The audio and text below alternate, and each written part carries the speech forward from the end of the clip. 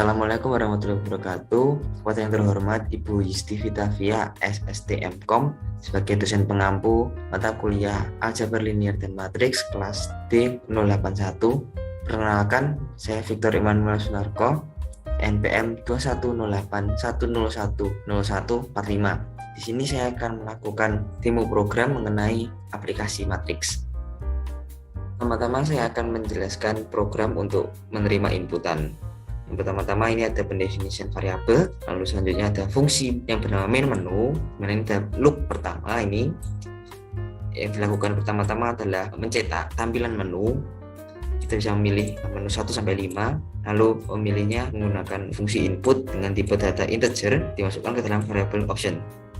Lalu jika variabel option ini tidak di dalam kawan 1 sampai 5, ini sintaksnya n+1 ini, tapi ini sebenarnya 1 sampai 5, maka dia melakukan continue, yaitu mengulang ke baris pertama loop dengan konsekuensi nanti menghiraukan sisa baris yang belum tereksekusi yang di bawahnya. Jika termasuk dalam 1 sampai 5, maka dia akan break, yaitu keluar dari fungsi loop. Ada loop yang kedua ini. Pertama-tama memasukkan ordo matriks dengan format pemasukannya n spasi n, dimasukkan ke dalam variabel ordo A dengan format inputan adalah string. Ini ada fungsi split di mana n spasi n ini akan dijadikan sebuah array yang isinya n dan n. Lalu karena input ini berupa string, maka input dijadikan integer untuk mempermudah penghitungan. Karena di sini saya akan menjelaskan menghitung inverse matriks, maka lompat ke else. Ini merupakan blok kode eksekusi syarat ordo, di mana kalau menghitung inverse matriks harus merupakan matriks persegi. Di mana ini adalah syarat dari matriks persegi di mana ordonya harus sama. Jika ordonya tidak sama, maka data invalid dan continue mengulang ke awal, memasukkan ordo ulang. Lalu jika memenuhi ini semua, maka divalidasi apakah data yang dimasukkan sudah benar. Jika ya, maka selesai. Jika tidak, kita akan memasukkan ulang. Lalu yang selanjutnya ini kita menginisialisasikan matriks A, membuat matriks A, di mana ini ada fungsi lagi matriks init dengan argumen ordo A tadi yang kita sudah punya, dan A ini untuk melabeli bahwa kita sedang menginisialisasi matriks A. Lompat ke fungsi matriks init. Di sini pertama-tama definisikan matriks kosong. Ini ada loop, ada pointer. Pointer ini gunanya untuk menunjukkan elemen mana yang akan diisi. Ada nested for. Di sini ini print matriks n ini tadi merupakan argumen yang tadi kita definisikan A, print matriks A. Ini ada lagi fungsi print matriks dengan argumen matriks dan ordo. Fungsi print matriks ini tujuannya untuk menampilkan matriks, di mana ini menggabungkan array matriks dengan array pointer. Sini ada try and except. Ini gunanya ketika matriks belum sepenuhnya terbentuk, array-nya masih ada yang kosong. Ketika program berusaha menampilkan array, akan menimbulkan error karena indeks akan di luar batas. Maka dari itu menggunakan try. Jika tidak ada elemennya, maka dia akan menampilkan string seperti ini. Lalu display elemen matriks akan ditampilkan pointer, di mana ini merupakan tanda untuk mempermudah kita sedang mengisi elemen yang mana di matriks A. Lalu kembali ke sini ke matriks init, di mana ketika selesai di print ada fungsi input, di mana inputan bertipe float. Ini append, jadi array matriks ditambahkan. Lalu ini ada fungsi pergeseran pointer, jadi kita bisa tahu kita sedang mengisi elemen matriks bagian mana. Ketika sudah selesai pengisian matriks, maka kita validasi matriks. Apakah benar matriks ini yang ingin kita kalkulasikan? Jika benar, maka break. Jadi ini merupakan satu kesatuan loop, akan keluar dari loop.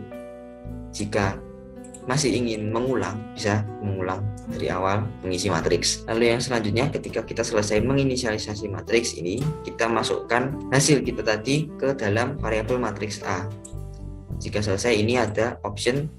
Jika kita memilih 1, 2, 3, maka kita juga perlu menginisialisasikan matriks B. Karena kita tidak, maka kita tidak menginisialisasikan matriks B.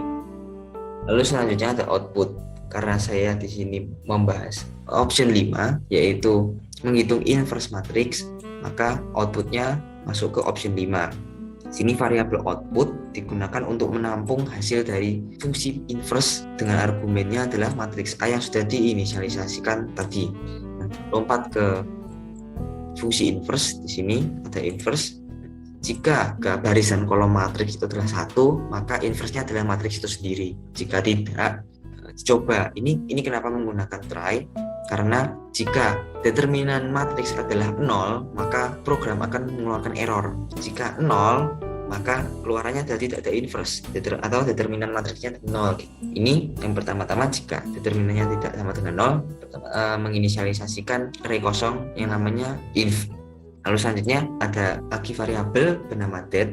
Ini merupakan determinan seharus dari matriks.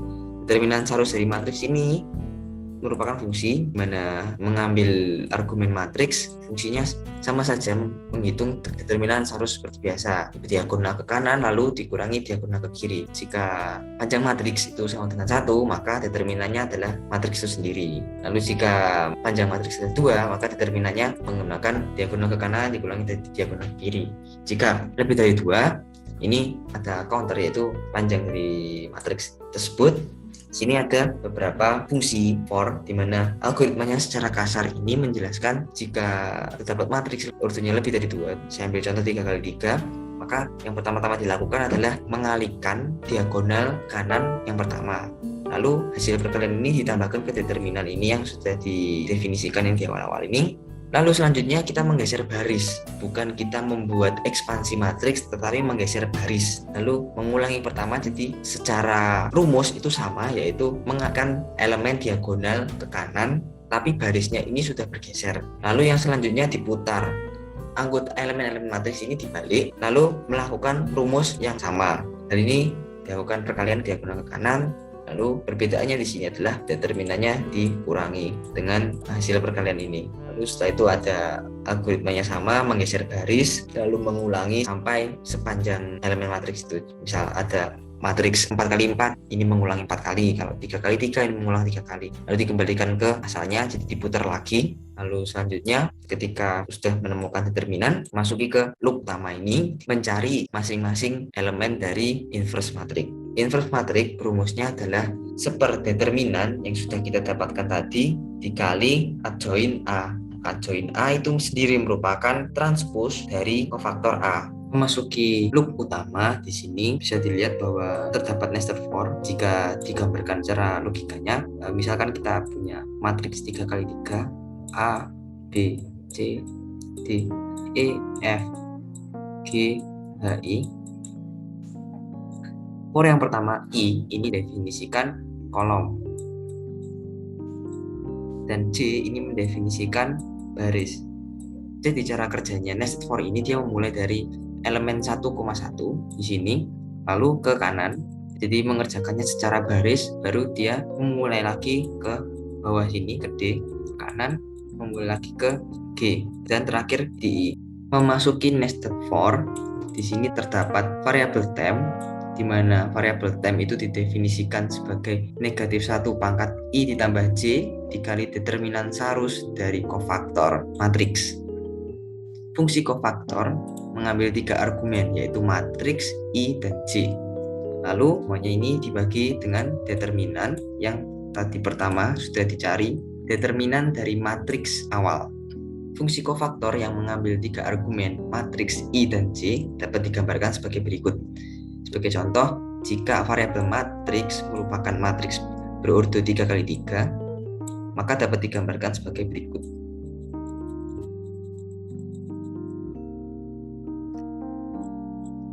Jika fungsi kofaktor menerima argumen I sama dengan 0 dan J sama dengan 0, maka tugas dari nested for di sini adalah untuk menyeleksi baris 0 dan kolom 0, sehingga output yang di sini diinisialisasikan sebagai array cof merupakan sisa dari seleksi tersebut. Dengan begitu, variabel temp sudah dikalkulasikan, lalu di-append, ditambahkan ke array inf, array yang sudah diinisialisasikan di awal tadi. Jika sudah selesai, array inverse ini ditranspose. Lalu pada fungsi transpose di sini yang menerima argumen matriks ini pertama-tama dilakukan pendefinisian array trans sebagai array kosong. Bila digambarkan, array trans itu array kosong, bukan array 2 dimensi. Lalu selanjutnya for I in range ini algoritmanya program menambahkan array kosong lagi di dalam array sehingga membuat array kosong ini menjadi array 2 dimensi sebanyak panjang dari matriks masukan. Jika matriks masukan adalah 3 kali 3, maka dia akan membuat array kosong sebanyak 3. Lalu selanjutnya pada nested for dapat digambarkan algoritmanya, yaitu yang I ini mendefinisikan kolom dan J ini mendefinisikan baris. Di sini trans J jadi mengakses array trans dengan indeks J. Pada mulanya ini J adalah 1. Jadi di sini dia menambahkan elemen pada matriks I J A. Lalu ketika J-nya sama dengan 2, dia akan memilih kolom ke-2 dan menambahkan B. Jadi pengisian dari kofaktor matriks ini mengerjakan kolom dulu, lalu dia kembali ke atas kolom, baris, lalu kolom lagi. Kembali ke fungsi inverse, setelah array ditranspose, maka fungsi inverse mengembalikan nilai if, di mana array inverse ini dimasukkan ke variabel output. Ini merupakan format output, jadi inverse dari matriks A, ya print matrix adalah jika tipe fungsi matriks A ini adalah string, yang tadi string ini adalah tidak ada inverse, maka dia fungsinya print, hanya print saja, print output. Jika tidak, maka print matrix dengan argumen ini output dan ordo A.